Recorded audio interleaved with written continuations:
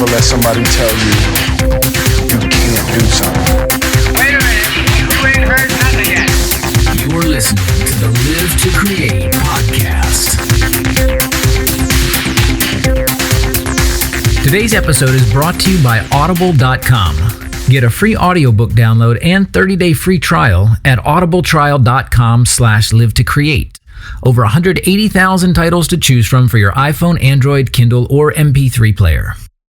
Hello, everyone. Welcome to the official Live to Create podcast coming to you from Nashville, Tennessee. I am your host, Shane Almgren, and I am joined today also from Nashville, Tennessee by award-winning and critically acclaimed filmmaker, producer, and cinematographer Kyle Saylors.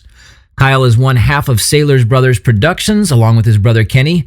He's directed and produced projects as wide-ranging and diverse as Fox NFL promos, numerous MTV and BET chart-topping music videos with the likes of Master P and Snoop Dogg, and thought-provoking documentaries with a global impact, such as Veil of Tears. Kyle, thank you for joining me on the show today. It's great to have you here. It's good to be here, Shane. So you're in Nashville now.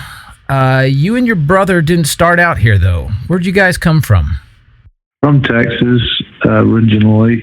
Grew up in a little West Texas town. I mean, all over, really. But And you guys went from Texas to Hollywood, is that correct?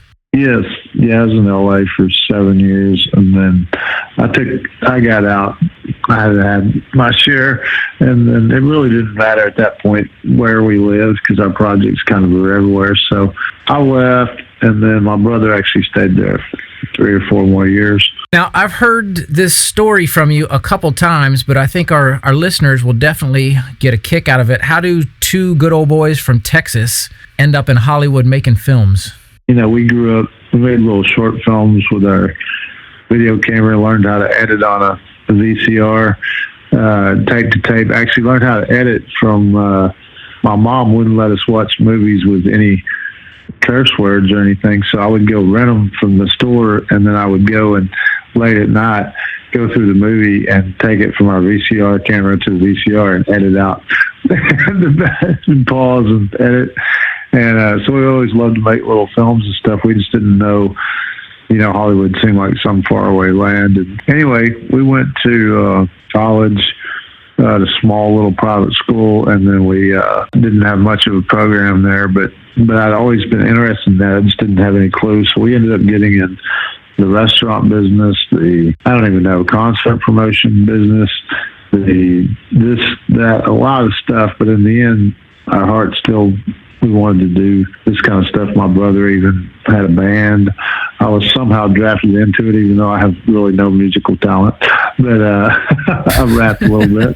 But anyway, we went through all... So you were a rapper in between being a server and running concert promotions. Yes, yeah. So we did all kind of stuff, and then some of it failed, some of it we just was successful, but we just didn't care, just didn't have any heart for it. And then my brother had a chance he was just looking for a job in between college, I think, one summer, and he started digging ditches over at TBN, and their area, the IPC, the International Production Center in Dallas. He started there. I can't even remember really. I was down in Houston at the time doing concert promotion, I guess. Anyway, he got on, and within just a short period of time, he ended up being the founder's personal camera, and running around with him, flying in a private jet and all that good stuff. And so my mom thought we had arrived, I'd actually got on there working for the local grip first for the local show, and then moved up to camera for the local show. And then after that, they put me back to grip for the national show. Then ended up camera on the national show. And then we did all kind of miscellaneous productions, floor direct and this and that, just anything that needed to be. And we were there a long time actually doing this while we were still pursuing our various endeavors.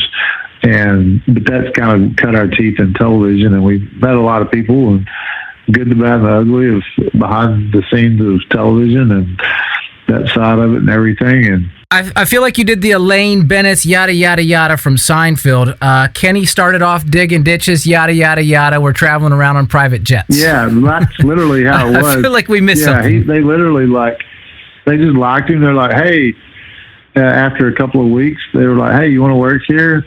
We need just some extra help. And he's like, yeah, sure. And then the manager of the station liked him, and then he was Paul's brother, who Paul Crouch was the founder.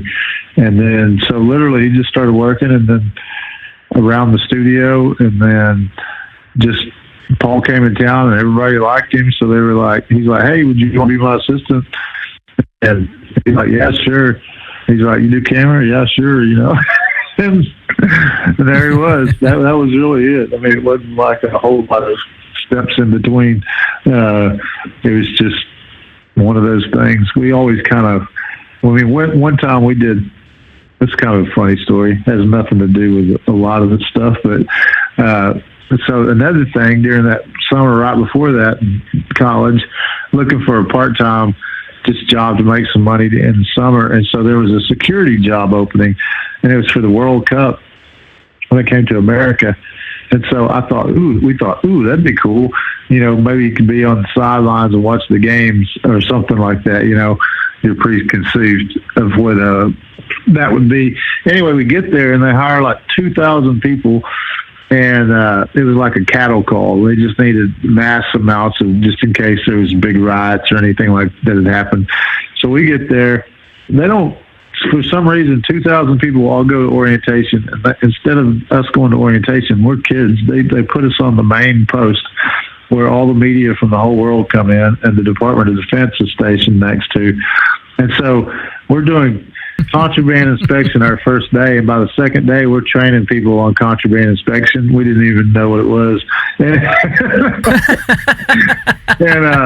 we end up on that post, and then we're like, man, this is terrible. We got to stand here all day in the Texas heat. This is not quite as cool of a job as we thought it'd be. And so we heard that there's a team that got to travel around with the team, And so anyway, I don't know if this had anything to do with it or not, but one day the Department of Defense guy comes out there and he's like, hey, he goes, for the next few hours, I don't want y'all to let anybody through this gate. Make them all walk around. And so we're like, okay. So sure enough, 20, 30 minutes later, the head person of the entire World Cup walks up, and he's got all his credentials and all this stuff. He's just coming through like, sorry, can't go through here. He's like, what are you talking about? I can't go through here. I was like, I don't know. They told us you got to go around and walk. And he's kind of a big, overweight guy. He did not like the idea of walking an extra half mile to get to his. And he's in charge of the whole thing. Yeah, he was the head guy. And so he's like, you know who I am? He started getting irate. I was like, dude, I don't know. All I know is the guy from the Department of Defense said don't let anybody in here. And I was like, unless you're over the United States government, I guess you better go down there. And I was like, well, great. I'll probably lose my job. He was all mad. So anyway, I was like, man, I wonder if there's any way I could get out of this job. We were getting sunburned and all this. And he said, he goes, so I asked, I was like, hey, what about that team that's doing the hotel security station? You know what? The boss guy's coming over here in a little bit, not of the World Cup, but of the security contract. So anyway, his name was Mr. Wimpa, and he was a super muscle dude. So anyway, we were like, man, we're getting sunburned. We don't have any life outside of this. I mean, we'll work around the clock. We don't care. But I heard that there's teams that, have security in the hotels. He's like, well, man, those have been filled up from 6 months ago, like those are all our best guys. He said, but, he goes, I'll keep you posted if anything happens. The next day I get a call. Hey, I got some news for you. You're going to get on the hotel team security. He goes, and you're the supervisor. And I was like, oh, okay, awesome. And I was thinking like, I don't even know. I mean, I've only done security for 2 weeks now. And so anyway, we show up, and there's this guy who is sitting there, and he's like, what are y'all doing here? And so the guy gave me a number. He's like, if you have any trouble, just go call this phone number. And so I get there, and there's this guy there. He's like, "Who are you?" I was like, "I'm the supervisor." He goes, "You're not the supervisor. I'm the supervisor." And I was like, "Well, that's not what he said." So I didn't say anything. I just went over there and called the phone number. I was like, "I don't know. This guy says I'm not supposed to be here." So like he said, "Dad, just wait a few minutes." A few minutes later, these guys come up with guns, and they dragged this guy away. And so here we are at the. Who was he? What's that? I don't know. I guess he had been fired or something, or reprimanded, and he wasn't supposed to be there. I don't know. So they drug him away. Well, then all the people on the team, 16 of them, they all saw this, and then I'm like a kid, and they're like, and then I was like, "Hey, how's it going, O'Kyle? I'm the new supervisor," and. And they were like, this guy later, like a week later, the guy asked me after he saw we were cool, he's like, "How in the world did you get this job, man? I've been doing security 16 years. I never have been able to be a supervisor." And I was like, "I don't know, man." Anyway, that's kind of the story of our life. We always just kind of show up and I think if you're nice to people and you just, I don't know what it is, and you're willing to do anything, work around the clock, you can get through doors somebody else can't. So anyway, we had the most incredible time ever. We got to hang out with all the World Cup teams in Brazil and Saudi Arabia and travel on the road and go to the games. And it was like living like a rock star. It was awesome. I'm going to have to delve deeper, because if you can't have a listening audience and tell them the key to success is just stand there and wait for somebody to offer you a managerial role. So how did you guys transition from that? What was your first actual filmmaking job? You started off with music videos, right? Well, no, it was television. I mean, we were doing just television freelance work, and so that's what it was, cameras and whatever. So mainly for me, I was in the camera department, and so that's where we had a chance when one of our friends that worked at TBN, we freelanced there, so we weren't even there all the time, but they'd do however many shows a week, and so during the shows we'd come. We ended up working a few other gigs as well, and then but then what it did is it gave us credits because we were working on a national level, and we realized, number one, that they're no different than us. These people that are working on national shows, they're not any more special than anybody else. They just that's their job, and they got there. And so two of them, one day they said they worked with the Dallas Cowboys and for NBC Sports. And so one day they called and said, "Hey, that two people didn't show up. If you can get here in 10 minutes, we'll hire you." Well, they didn't care. They just knew as a referral that we had worked at one network. So they knew we knew what we were doing. And so that's it. We showed up. 10 minutes later, we're at Texas Stadium, and we're on the payroll for NBC Sports and on the sidelines of the Dallas Cowboy games. And so, and we did that for, I don't know, I guess most of that year, maybe some of the next, while we were still putting together this whole pieces of the puzzle. We didn't know. We made a little card, and it said we're producers and or director or something. I think we first just put producers because we didn't know. And it was a Smart Beat pager. It was a $1.99 pager. So they had a national campaign. Well, our phone number, we couldn't afford a regular phone number, so we just put, because we were still just freelance, we were just covering our bills. And so we would put the Smart Beep. So when you called what was our office, quote unquote, it said, "Welcome to Smart Beep." And so, it'd be like, "Welcome to Smart Beep." And so everybody in the world knew they were running all their national campaigns. That's a $1.99 pager on our business card. But anyway, somehow it didn't matter, I guess. That was, and so that's when we started trying to okay, let's do our own production. Now we've done production, so we're good, we're on a national level. So now we can do for other people. So we met a lot of people. One of the people we met was with a big animation studio. And this kind of comes full circle with literally today how I operate, and that is just simply by putting pieces together. And so they had this big, beautiful animation studio.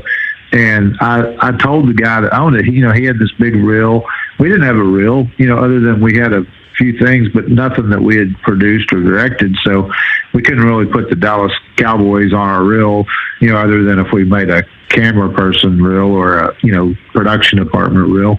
But because we worked there, it allowed us, to have credibility. Oh, hey, they work on the Dallas Cowboys. Anyway, we said, hey, we want to become producers. If we bring you a project, can we produce it?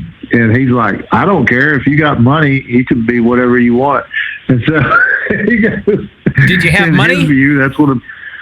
Well, no. So we didn't have any money. So what we did is we put that in the back of our mind, and we were always looking for. We did shoot a behind the scenes video they did a project for Fox, and so we ended up shooting on that. But so we were always trying to look for, like, okay, who would have money to do something animated? That was in the back of our head. So we're over there, we're trying to do all kinds of stuff. So we decide we want to make a movie. So we're writing a screenplay with some of our friends, and we want to go out one night and work on it. And so he said, hey, let's go to Denny's. I'm hungry. So we go to head to Denny's, and it's closed. And we're like, that's weird. I've never seen a closed Denny's. So we go, he's like, there's another one just 15 miles down the road. So we're like, okay, whatever. And so we go down there, and it's jam-packed. And then we're like, man, I've never seen so many people at Denny's. We're not going to there. Denny's is slow to begin with if you've ever been there. And so I'm like, I'm not going to wait in line. So then we go to another one. We walk up. It's about midnight. Literally, we walk up, and as we get to the door, the lady walks up and she's like, sorry, we had a big spill. We have to clean this place up. We got to close up. All right, bye. We're like, what? This is impossible. We're like, forget Denny's. 3 Denny's strikes in a row? Yeah. Man. We're not supposed to go to Denny's. He goes, what else is there open? There's Jack in the Box. And so I was like, let's go to Jack in the Box. He goes, and just drive back to we had a little office. And he said, it was for a friend. We all had a whole bunch of us had shared one little office. And he was like, no, man, I got to eat Denny's. So we end up across the Metroplex, and we go into Denny's, and now it's, I don't know, 1 in the morning, 12:30 something. And we sit there, and this guy walks in, and he had a recognizable jewelry, and that was this big platinum chain with diamonds all over it, the Army tank, which was at the time a famous record label logo. And so I was like, ooh, that dude's with No Limit. So I thought, man, I knew I would normally never just walk up to talk to anybody, but I could tell when we were talking about our movies, like I could see him over there, and I could tell he was listening to our conversation. So he probably thought we're big movie makers, And so, and I knew I was trying to listen to his conversation, so I knew he was probably with No Limit. And so anyway, I was like, man, I'm going to go over there and talk to that dude. So they're like, what are you going to talk to him about? I was like, man, I'm going to see about a music video. Well, we had done one music video for $600 for the youth pastor at the Potter's house. And that was it. That was all our extensive producing skills or directing or anything. And so anyway, I walked over there to the table. I was like, hey, you with No Limit? He goes, yeah. And I said, we do music videos. And so in the back of my head, I know that I'm not going to tell him, I did one $600 video. I do one music video. Yeah. But we knew our friends who had this awesome, huge, fancy studio, and we thought, you know what, we could take him over there. So, and so that's what was in the back of my head. And so he didn't ask, like, who have you worked with? What have you done? He didn't ask any of those questions. He asked, what budgets do you work on? And then I said, I don't know why, because it's not really my nature, but I said, oh, dude, you can't afford us. And he goes, oh, yeah, we can afford anything we want. And he literally throws his card down, and he says, you call me. And so that little exchange turned into the next time Master P was the owner of the label, and at that time the richest black man in America. He was worth $700 million. He came over, and we ended up doing what was on MTV's most expensive music videos of the year list, and ended up being the first ever animated rap music video. and it was with Snoop Dogg, Master P, SIlkk the Shocker, C Murder, and somebody else, I think. But anyway, that was it. We were in the big time, you know. And so another kind of funny side note of that is when we first had our very first meeting, and here we're still, you know, kids almost, and here comes Master P, the most notorious rapper in the country and gangster rapper, and he has about 16 people show up with him, and they all have guns visible on their, like, strapped on their chest, you know, like right, you can see they have guns. And so they're standing around, and my brother, he was always like Mr. Class Clown. You know, I was the shy kid. I never said anything.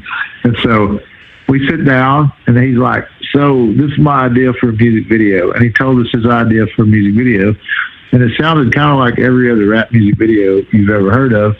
And so my brother said, oh, man, that's cheesy. And I could see Kenny saying that. I thought we were going to all get shot down. I mean, it went total silence. And everybody's like, and then it felt like 5 minutes, but it was probably 5 seconds. Then all of a sudden, Master P goes, he started chuckling, and he's like, you're right, that is cheesy. And then we were in. Like, all of a sudden, we went from being, who are these little white kids, to, like, we became his friend. I mean, like, at that moment, we became his friend, and he never questioned us ever again. Anything we said or asked, he'd ask us questions. Hey, what do you think about this? You know, because everybody else was just telling whatever he wanted to hear. And that's how we ended up, you know, becoming the Saylors brothers. So was it about that the time, or when did you guys create Saylors Brothers Productions? I mean, we kind of became known as that, really, just because we're brothers, probably long before we actually created a company around that. And I don't really know when it was. We did that. We did some more music videos. We started doing all kind of stuff then, and projects with that company, bringing in other projects. Across the board, though, we co-directed one of the music videos, co-directed the animation project. And so we thought, hey, you know what? We need to go to LA now, you know, take over the movie business. You know, that's what you think you can do. And so we met this guy at that studio, and he's this rich guy, and he had a private jet. And so we went off and made an independent film, this little low-budget film. And he saw this movie, and he's like, hey, guys, I want to put $20 million, and I'm friends with Matt Damon, and let's go to Hollywood. Let's turn this into a movie. And so we're like, yeah, you know, that's how we heard it works. You know, you make an independent film like Robert Rodriguez, and then all of a sudden you're doing Hollywood movies. So that's what we thought, you know, we were going to do. And so we got out there. Sure enough, the guy has a castle. He lives in a castle. He has a private jet. He's got drives fancy cars. He has this office on Wilshire right across from the big agency. And so they're going to fund our movie. So we start rewriting it. And then all of a sudden, like a month or so into this, one of his partners just disappeared. Nobody really knows where he went. And he didn't really say anything about it. And we kind of just noticed, like, hey, where'd Chris go? And nobody's like, did Chris have the checkbook? And then, yeah. And so then his name was Phil. And then one day, literally, he disappears. And so literally, the doors are just shut. And so we had, at that point, we made friends with this producer lady. She had produced the original Piranha movie back in the 70s and literally lived her whole entire life off the profits of that movie. And so she's this little Asian lady, and she was an actress, a famous actress from Japan, but she became a producer, made Piranha. She gave James Cameron his first gig, you know, directing. And anyway, we ended up becoming friends with her and living at her house in Beverly Hills. She had a compound, so there's like little mini houses all over the place. And so we lived in one of those little things. So we didn't know what happened. So we were like, well, I guess we'll try something else. He just disappeared, and we never knew. Till a year later, we ran into his wife, who was his ex-wife at that point.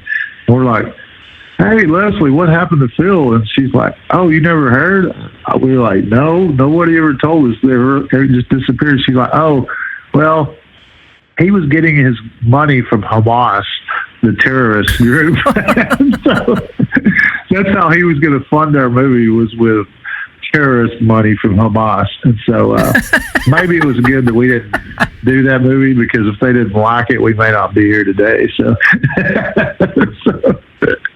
anyway, that was our introduction to LA.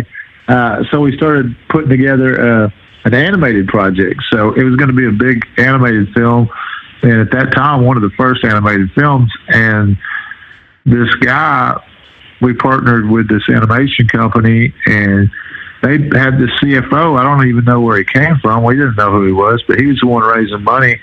Well, for whatever reason, just because he's a CFO doesn't mean he should be able to have access to all the accounts.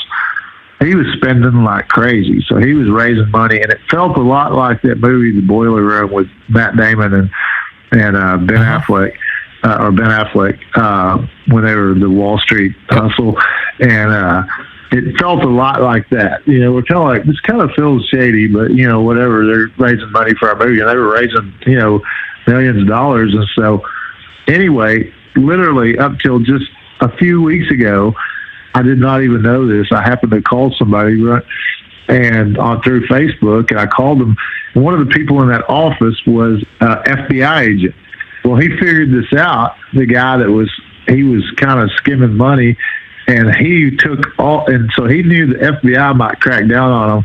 And so before anybody knew, he took all the money and skipped town. And so million plus, I don't even know how many dollars. And so we were stuck holding the bag. At this point, here we had multiple projects, and we had this other project, like 3 in a row.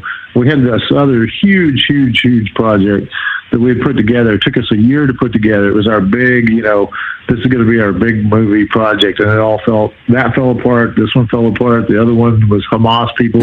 So our introduction to LA was just like all bad stuff. And so they, you know, this one lady, she that worked for us at the time, she was one of the call center people getting leads for investors.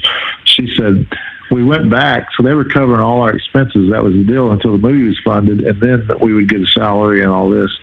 And so we went back to our apartment, and they're like, hey, you got 3 days. This is month to month, and then you're out of here. And so then we went back.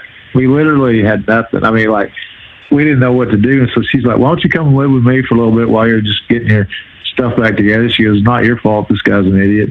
And so anyway, we ended up going over there. The animation company's the one that was doing the project, so they had to hold the bag and get out of that mess for years and years. But so we went, and she lived in Inglewood. So here we are in the hood, and not exactly where we dreamed of being, you know, after having an office on Wilshire. And and so we're in South Central LA, 2 white boys. At least we had hung around gangster rappers, so we weren't, you know, like scared, but nobody else knew that. And so that's where we lived. And our car broke down, so we had to take public transportation, and it was just like everything. It's no matter what we did, it just all went south. And we're like, what in the world happened? Like, you know, we were successful at some point here. Everything we touched was turned to gold, you know, it seemed like. And then now it's like everything we touch just goes to the gutter. So what kept you going when everything's going downhill? A lot of people would take that as a sign to get out of Hollywood. Yeah, well, you know, that was kind of what, I don't know what it was. It was just because I think at that point we knew we loved this. This is what we wanted to do. We didn't know anything. We didn't know how to do anything else. You know, I had a job at Ace Hardware in high school, and that was the worst experience of my life. And I was like, man, I am never going to have another normal job. And so kind of irked me on the job thing. And so we were just determined, like, this is what we're going to do. And when I was a teenager, I read these books for whatever reason, autobiographies, you know, of Lincoln and of different famous people and leaders. And the one thing I noticed they all had in common was they went through a lot of failure. And so kind of like at a younger age, I had mentally said, oh, well, if I want to do anything great in life, I'll probably have to be a failure first. And so just by reading these books, that really kind of made me in my brain know, oh, well, this is just part of the process. You got to fail. And so we just kind of kept on our jolly way. And so we would go to meetings and ride the bus from the ghetto, go all the way down, wear our suit, and walk around. And one of our friends said, man, no one ever bothered us, ever, one time. And they said, dude, they probably thought, number one, you're either undercover cop, or number two, you're white people crazy, which is, dude, you'll chop them up and eat them for breakfast. So, I guess that was our rap. I don't know. But anyway, we did get out. Part of how we got out of it was we made a lot of friends, one of which was an executive with DreamWorks. And he was leaving DreamWorks, and he started his own company. And he called, and I guess he's so used to living under the infrastructure of a big studio that he realized he got this contract, and he was going to Italy, and he realized he didn't really have a production team, and so he calls us, I think this was maybe on Wednesday, and he's like, hey, what are y'all doing this Saturday? He goes, you want to go to Italy for 2 weeks? We're like, shoot, yes. We ended up on a plane and in Italy running around with a Motorola and Ferrari and Maserati and Pininfarina, the designers of Ferrari. And we were the first team to ever be allowed into the headquarters of Ferrari to see their design process. And so that's when we were like, man, this is way better than living in the hood. So that sounds like a step up. Even though this is not, yeah, exactly. We're running around Italy and pulling Ferraris out of museums. And I mean, it's just like this amazing life experience. And so that's when we were like, even if we don't do a big, huge movie right now, I'd say this is using our skills. We're having an awesome time. This is like a lifetime experience. And so I was like, it kind of was like, hey, we can make some money and enjoy life and not be always broke, so pursuing the big, huge dream. And so that's what we did. And that turned into another project and another one and another one. And so that turned into what really became our career, was making cool stuff. And so because we had MTV and we had now Ferrari and stuff, then basically our resume was just unique, cool travel things. And a lot of times I find is people only want to hire you for what they know you've already done, not for what you can do. And so now what we had done was like cool MTV, BET stuff and cool, like those videos like launch songs to number one on the Billboard charts. So like we had, and then this Ferrari. So, it was cool stuff, and it's highly stylized. We didn't go to film school, a real film school, so we didn't know how to light things. We just looked at, does it look cool on camera or not? And if it doesn't look cool, we changed it until it did. And so we didn't do anything the way it was supposed to be done. And so everything we shot looked different than everybody else's because we didn't know how we lit differently. And we were really breaking a bunch of rules, but we didn't know they were rules because we didn't know any better. And so, and that's why we had a different style. And so I don't really remember like the process of what was next, but that ended up into, let's see, I'm trying to remember the order. We did so many things. We did some documentaries. We had one that was picked up for the BBC that played for a long time. Which one was that? We had, I think it was Facing the Fat. It was about an American, overweight Americans, and I think that's why the British people loved it, because it's about fat Americans. And their battle was, it was the world's longest water fast to overcome addiction to food. Huh. And so we did that, and then we did lots of things. And so every time we did something, then that would lend into another. And so we do these really a lot of commercials and a lot of cool stuff. That opened up into, we did a project with Priest Holmes from the Kansas City Chiefs. At that time, they had just won the Super Bowl. So we did a training project about how he trains to be a Super Bowl champion, and then that turned into, the guy that did that project turned into, a couple of years later, into Red Bull. He did a project with Red Bull, and we ended up being pulled in to do the first American television series for Red Bull.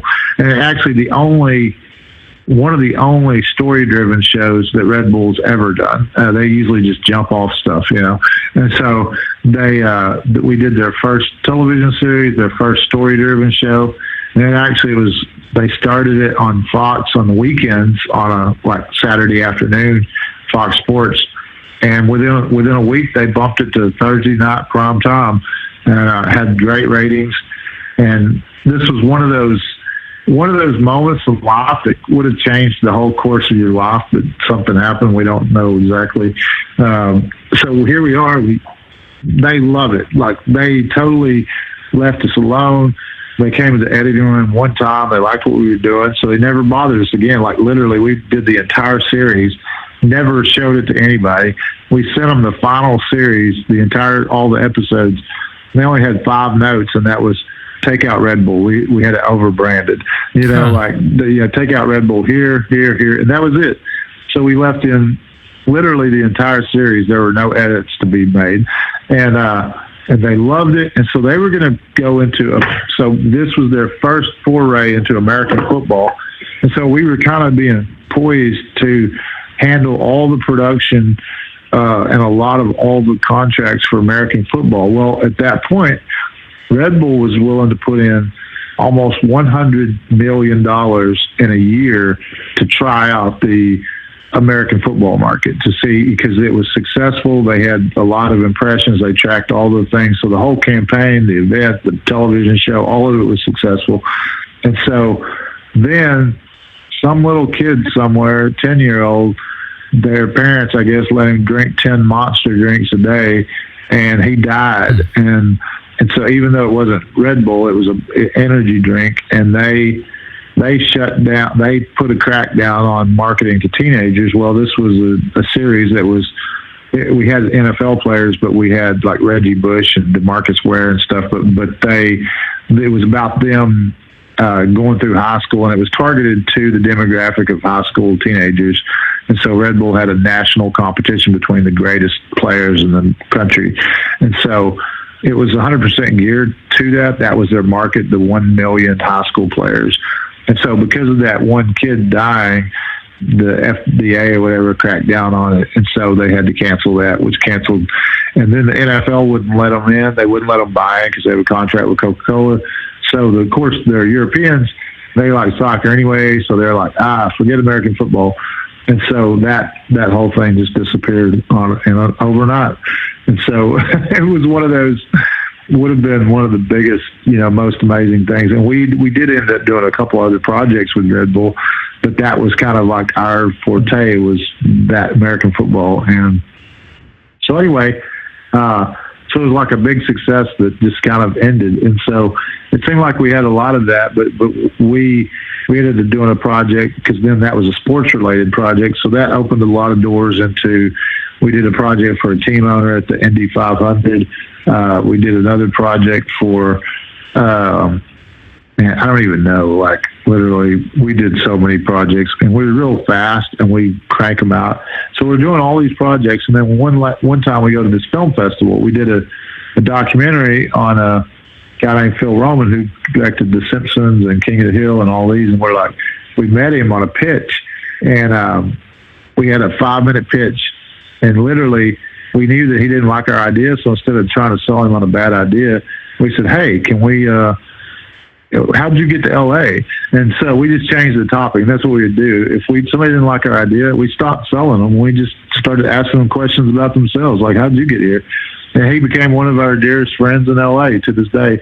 And anyway, that started us in this thing. We did some television shows, specials, documentaries, sports. And then we ended up from that getting a project with this lady who was trying to do a movie. So we kept always trying to do some movies. And then we did a movie called Dreamland. It was about Area 51. And then we did another movie with the same partner on that. And, he was a little crazy. And another one of the kind of the skimming money sort of LA shady characters. And at that point, at the end of this movie, we found out he had been skimming money because he was also an executive producer as well as director, and we were producers.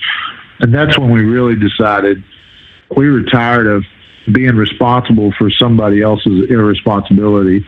And so we were tired of him taking creative control and doing what the script did not say. And so that's when we started really going more into directing. At that point, we'd been more like producers. But as a producer, you have less control over the content and more over just making it happen and making sure it gets all done. And, right. Making deals and hiring people. So that kind of pushed us in the area of directing. We did a documentary called Kim Jong-Ilia that co-produced it with the lady that she just couldn't get it made into a movie. We're like, hey, let's make a documentary, Why not? We're always coming up with ideas. It's awesome. I had no clue there were prison camps in North Korea. We're like, that's crazy. People need to know about that.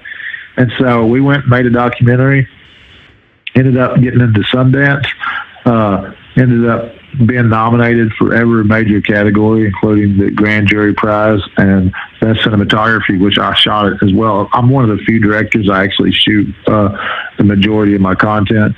And so, because I love cinematography and stuff. And so, anyway, that Robert Redford said was his favorite documentary of the year. And through that, it ended up getting in over 50 major festivals around the world. It won Brussels One World Festival. It won the best film of the year. And then they played it at the U.S. Capitol. And when we were at the Capitol, and they pulled the people from the documentary and they flew them from South Korea, because this was about Kim Jong-il. And Kim Jong-il, by the way, sent spies to some of our screenings, North Korean spies, to see what this movie was about, because he was a big Hollywood movie buff. And so the DOD informed us of that. Hey, you guys, you got spies at your screenings, just so you know. And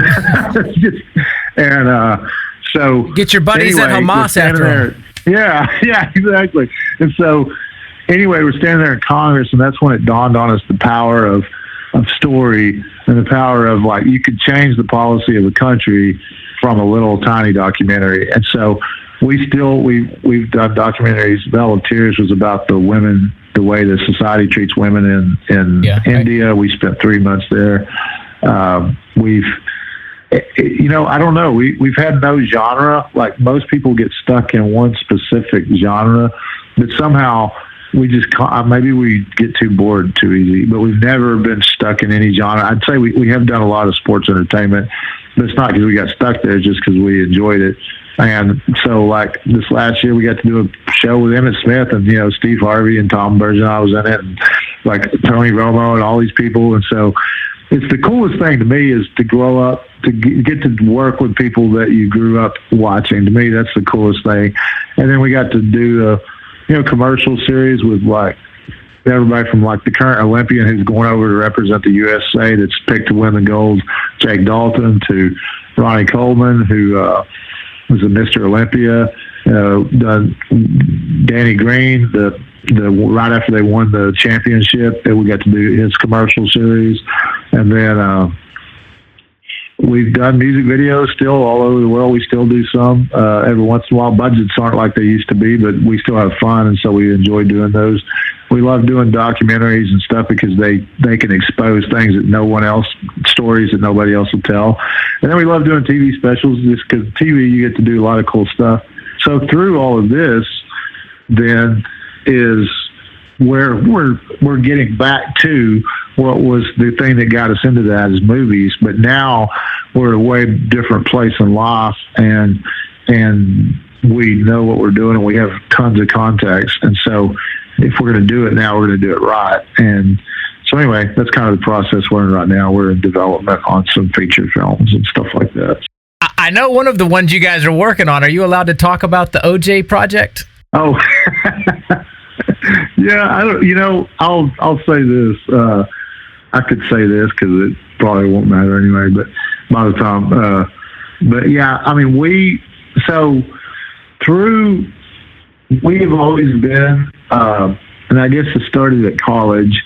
and this explains how we meet people like this, but I read the book How to Win Friends and Influence People, and it was really just basically, I went from being the shyest kid in the whole school to now, like, I have so many friends. I have to go to dinner with 20 and 30 of them at a time. But I can verify that. That's a whole nother. Yeah, you can verify. So anyway, we have the most random friends on the planet. And so among those, people will give us calls and they'll be like, hey, I think you should talk to this person. So we take phone calls, and one of them was O.J. Simpson's manager. And for the time between right after the trial all the way through till Vegas when he went back to prison. And so anyway, we just became friends with him, and that's it. And so when the People versus O.J. Simpson came out, he's got all this stuff, and so he said, hey guys, because he was one of the few, he doesn't trust anybody in the whole entire entertainment empire, and he's like, y'all want to do this project? I'm going to tell everything that happened, everything I know. I'm done with all this junk. And so we're like, yeah, let's do it. So we've had, whole country, presidents of countries get mad at us and stuff like that. So we're not really worried about the controversy. So yeah. Do you have a few minutes to talk about your creative process? What you actually do when you're preparing for a new film? Most of it, to me, happens after midnight. And most of it, we used to always sit in the hot tub every night and just talk, like me and my brother would sit there and get a gallon of water and we'd just come up with ideas. And so, but now most of our projects and stuff come through the people that we meet. And we meet so many people that have so many interesting stories that sometimes you just hear them and you're just like, whoa, that would make a cool project. And so some of them have legs and some of them don't. And you get things going and it's just stuff that you care about, or we'll have a cause that we just like, hey, we really believe in this. We want to do something to help expose this or to do this, or, we try to do things that have some greater purpose in them than just to be entertaining.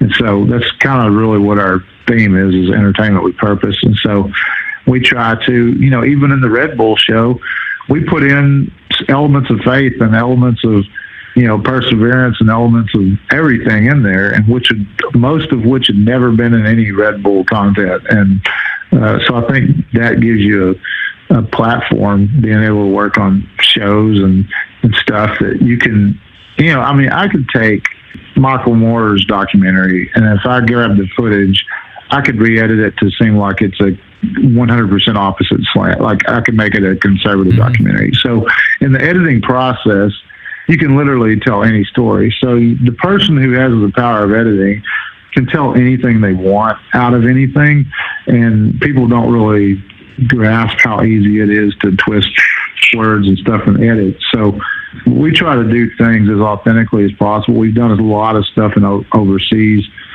And the reason that people like us to shoot there is because we don't necessarily westernize their story. We experience it and we live it, and then we're able to translate that to a Western audience. You just point the camera and let it pick up what it picks up, and don't try to mess with it? Yeah. So we love capturing authenticity, I guess you'd say, whatever that is, and all the facets. And every project's different, but it's kind of like where to me, I just love things that are life experiences. So and we'll turn little projects into big ones by default, really. Like I got a call one night 4 years ago. We'd worked on a Andre Crouch while they were in town to shoot some for his documentary here. And then, anyway, he was coming back in town. They're like, hey, can you pick up some interviews with Marvin Winans? And so we're like, yeah, sure. We were around. So I ran over there that night. I was thinking like, man, this is Andre's last sure, and he had an amazing music career. I was like, it'd be really cool. So I told the producer who we'd worked with before on, oh yeah, we forgot we did the first Israel Houghton concert DVD, but we did. I said, hey, it'd be really cool. I told the engineer producer and not the record label guy. I was like, that's crazy. They don't have a concert video. This is his last tour. They probably should want one of those. And so anyway, he told the record label guy, hey, why don't y'all have a concert video? This is his last tour. And then he calls me, hey, do you guys do concert videos? Of course we do. Of course we do. And yeah, hey. And so that's how a lot of times that's how our process is. We kind of implant things without it having to be our idea, but we say, oh wait, we would love to do this. And so how do we make that happen? So that's really like, we pick things in life we want to do, and then we figure out, hey, how can we make this turn into a project that we want to create and spend some time of our life on, and then make it an experience in life. And so that's how a lot of our projects. So out of that, we ended up covering he died. I mean, he had to go to the hospital the next day after, but then they had already said, oh, we want you to do the concert DVD. So we ended up, he had to go to the hospital. He died a few weeks later. And then they said, man, could you come over and cover the funeral?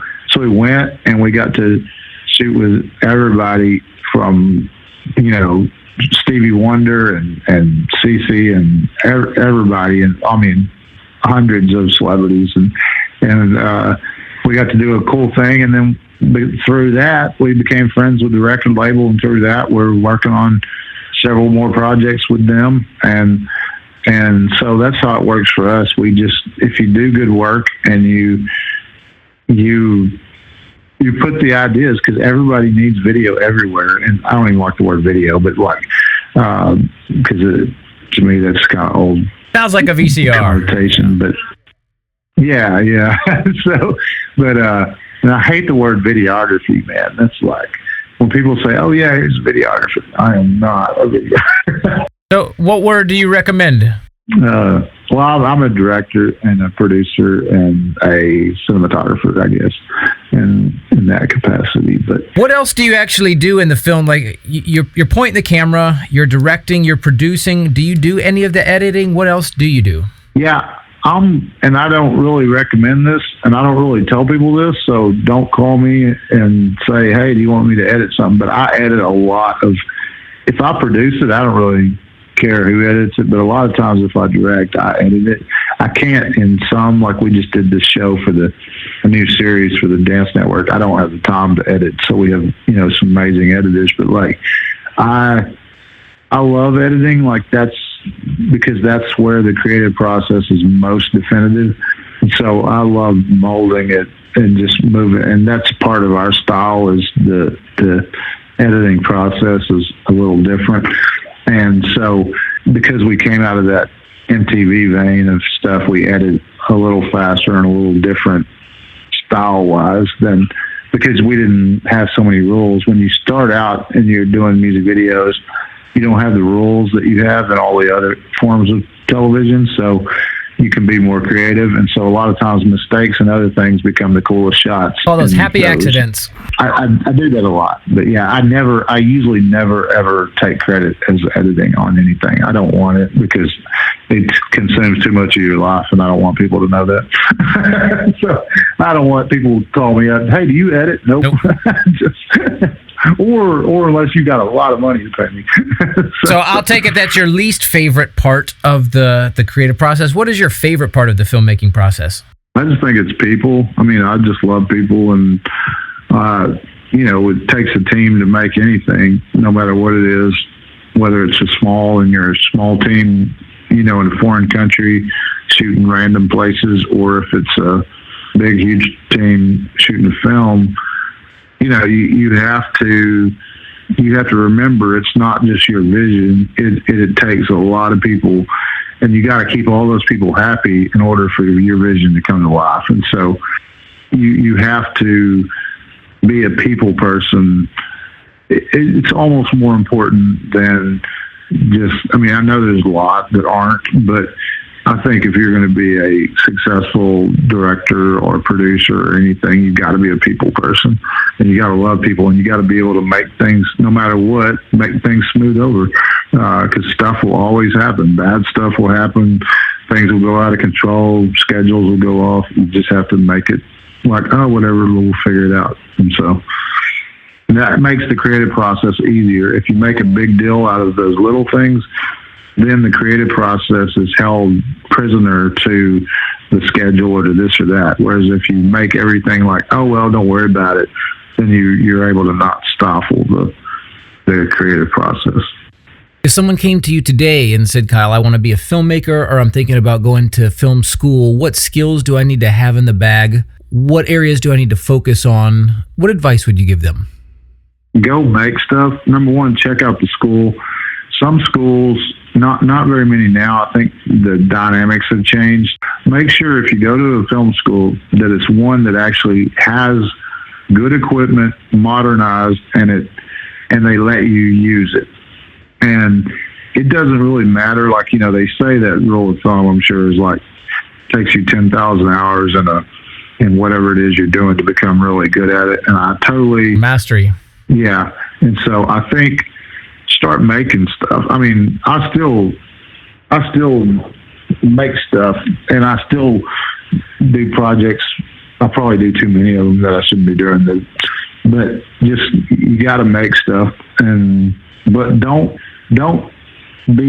make stuff you can't make. As far as like, if you don't have the capacity to make amazing special effects, don't put them in there, because then it's going to make your thing look cheesy.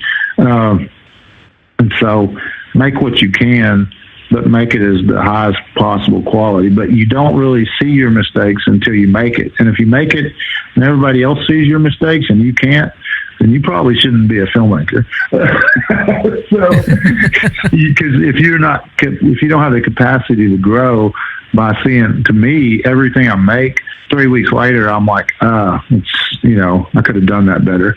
So literally, yeah, I always think after I look back, I'm like, man, I did that. I could have done that better, this. And so, but that's not a bad thing. You don't think negatively. You're still proud of what you did. But like, to see your mistakes is probably one of the greatest things, to see them and learn from them, because there's a lot of filmmakers that 20 years later, they're still making movies and their quality never changes. There's B filmmakers and they always make B films. And I never understood that. Like, you'd think if you're making one movie after the next, you would figure out what works and your quality would always go up. But a lot of people don't. And so, I'll always try to, if it's not better, if this isn't look and it's better than my last project, something's wrong. I might be out of business soon. Because now, because of the YouTube generation, there's like millions of new people wanting to be filmmakers, millions. And so millions and tens of millions that want to do like our little dream of doing it. So the competition is going to be, and most of the people I mostly hire super young kids, because most of them have more talent than the guys who've been doing it 20 years. And so you got to keep on the edge, and like, I'm not a kid anymore, so I gotta work, and I gotta make sure that I keep always doing better, learning from anybody. So like, I got to work on this with Steve and Feldman, and you interviewed him, and so to me, so he was like a consultant between the network and the show. Well, this is a different sort of show. It's multi-camera kind of thing than a lot of what I do.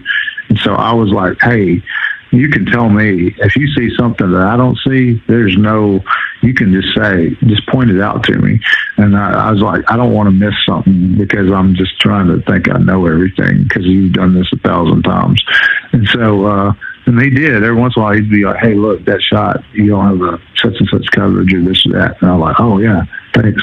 And so, by being able to listen to other people and learn from people, you can become better, always. Who are you influenced by as far as filmmakers go? Steven Spielberg, probably. He was the bar. I mean, he's the reason I got into this. Indiana Jones, Back to the Future, even though he didn't direct it, he produced it. Anything his name was on was phenomenal. But yeah, he just made movies that took you somewhere. Another one, I don't even know who directed it. The Rocky movies, that was a film that actually I was like an overweight little kid, and the Rocky movies inspired me to work out and which changed my entire life. And so I really believe that a movie, now it didn't inspire me to go be a boxer, and it had nothing to do with it. It's not like this movie was telling you, go be a boxer. And I think that's the problem with a lot of like faith-based films even, is they try to say, oh, this is what you have to do. No, they just told the story of what it is. Here's a boxer, and then you translate that storyline into your own life. So like that movie changed my life. And so I've had movies that have changed my life. They've changed my philosophy. They've changed so if anybody tells you that they don't preach in movies, every movie preaches something. They have something, agenda they're going to say, and it's just the way that you say it. Just a matter of how subtle or overt it is. Yeah, they have some theme that they're pushing no matter what. And so, but I loved, growing up, I loved Chuck Norris and Arnold Schwarzenegger movies, and those are my heroes. But as far as filmmaking, yeah, Spielberg.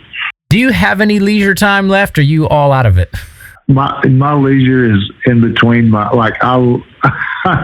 right now I have a crazy, insane schedule, but so for instance, here in the next few days, I didn't get into this, but the parties and the things that I throw, I'm going I got to go to Virginia. I got to speak tomorrow at this thing, and then I got to go to Virginia. I got to finish 2 more projects in between now, and then I got to go to Virginia and then to Naples. But between Naples, I have 2 events in Naples. Between those 2, I just, might go to Disney for a day, or I'll just go chill or whatever. So if I go somewhere cool, I usually try to tag on a day to just let me enjoy that place. Because, yeah, sometimes, but I love what I do so much. Sometimes I'm technically probably a workaholic, but I don't feel like it because I don't really view it as work. I just I love. You're not an investment banker. You're making stuff. You're creating. Yeah. I love it.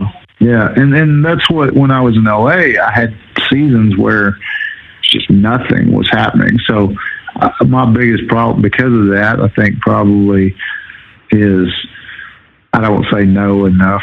I need to learn to say no to certain things because I'm out of time, and by doing that, it takes away the ability to focus on the big picture projects, which is what I love, and so, but I get to still do cool stuff here in a couple of weeks, and going back shooting another thing with Emmett Smith, and I think Dr. Phil and Magic Johnson are going to be there, and so it's a cool life. I don't know, I've carved out a pretty awesome life, and so I know my friends from little Chico and Eastland that are all still living there, and they were all the cool kids back then, and I was the nerd. Now I'm the cool kid. So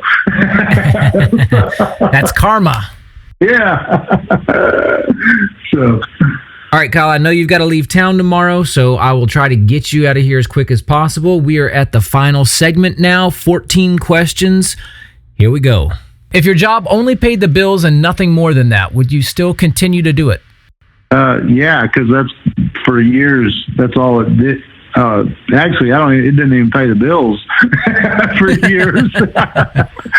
And I still did it anyway. But yeah, absolutely. What talent or skill do you not have that you wish you did? I am not a fundraiser. I'm not good at fundraising. I'm not good at marketing and distribution. All right, fill in the blank. I am a success if I touch people's lives. I got so sick of just competition and people in LA. Everybody's out for themselves, and that's why I started these dinners and things and networking deals where people can they help each other. Fill in the blank for this one. I'm a failure if I quit. That's it. What is the single best piece of advice that you followed to get where you are today? When we were in the concert business, in that, there was a guy, and he was in a little rap group that we used to listen to when we were kids. He said, "Don't ever give up, man. If you want to do something, you just go do it. It doesn't matter." What's a piece of advice you're glad you ignored to get where you are today? My counselor at college, so I went to this little Bible school, and their media degree was an associate's. Well, they didn't even have a media program, but they had to give me the degree because it was in the book.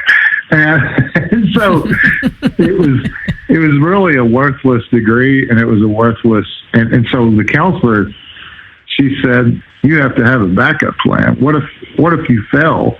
And I was like, this was a Bible school. I was like, "So you guys have been telling me to follow what you think God's telling you to do for this whole last 2 years, and now you're telling me you don't listen to what God wants you to do and listen to what you want me to do?"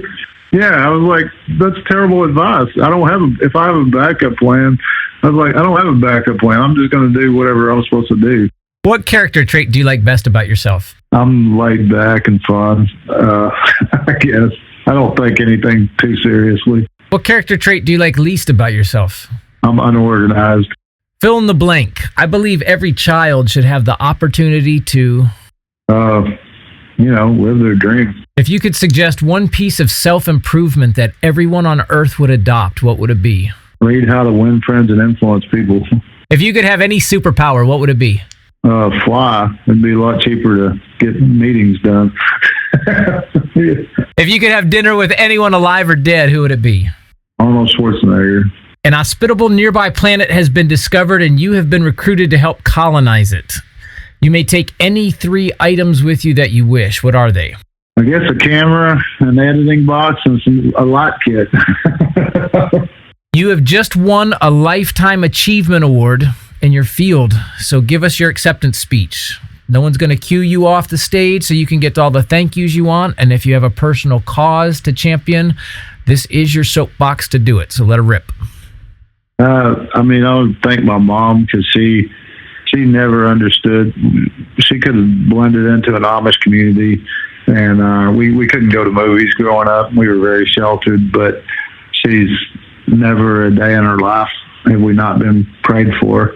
And so she's the rock. And so when we were in LA or about all this craziness, we never went off any crazy paths because of my mom. And so that's number one. I thank God just for letting me live an extraordinary life. I know because I've been to foreign countries and I know the majority of the whole world does not get to live like I do.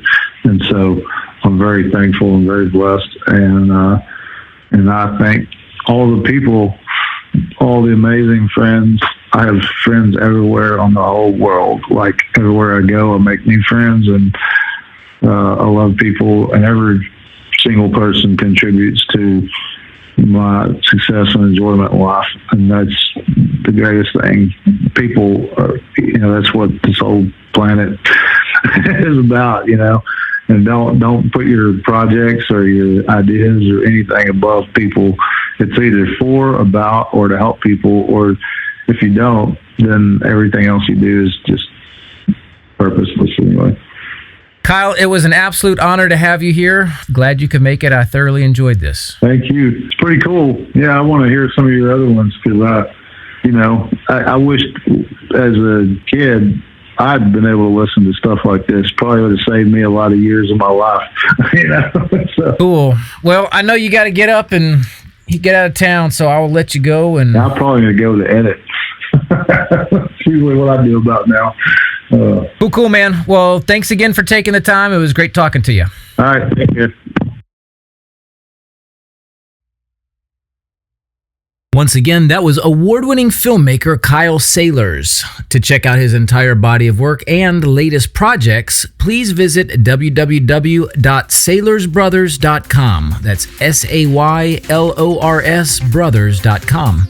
I'd like to thank everyone for joining me today. You are listening to the Live to Create podcast, and this is Shane Ongren reminding you to dream big, be inspired, and live creatively.